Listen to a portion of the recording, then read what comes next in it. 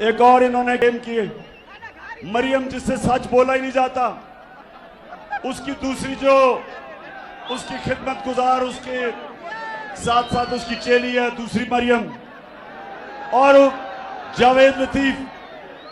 इन्होंने कहा कि इमरान खान ने तौहीन मजहब की है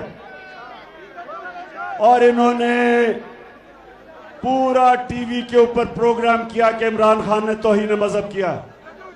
इसके पीछे गेम क्या है? इसके पीछे गेम ये है, और 4 वो बंद कमरों में लोग बैठे हैं जिन्होंने फैसला किया मुझे मरवाने का, वो इसके पीछे हैं।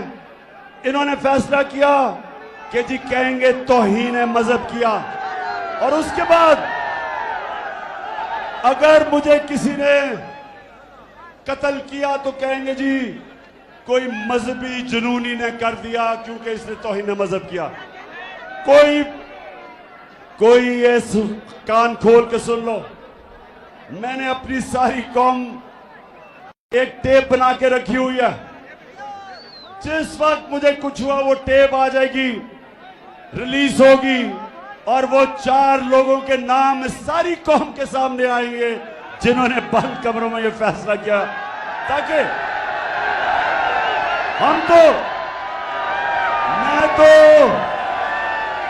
आखिरत में मानने वाला हूं। अल्लाह के हाथ में जिंदगी मौत है। जब भी वो कहेगा हम तैयार हैं, जब भी बुलावा देगा, लेकिन वो 4 लोगों को मेरी कौम माफ नहीं करेगी।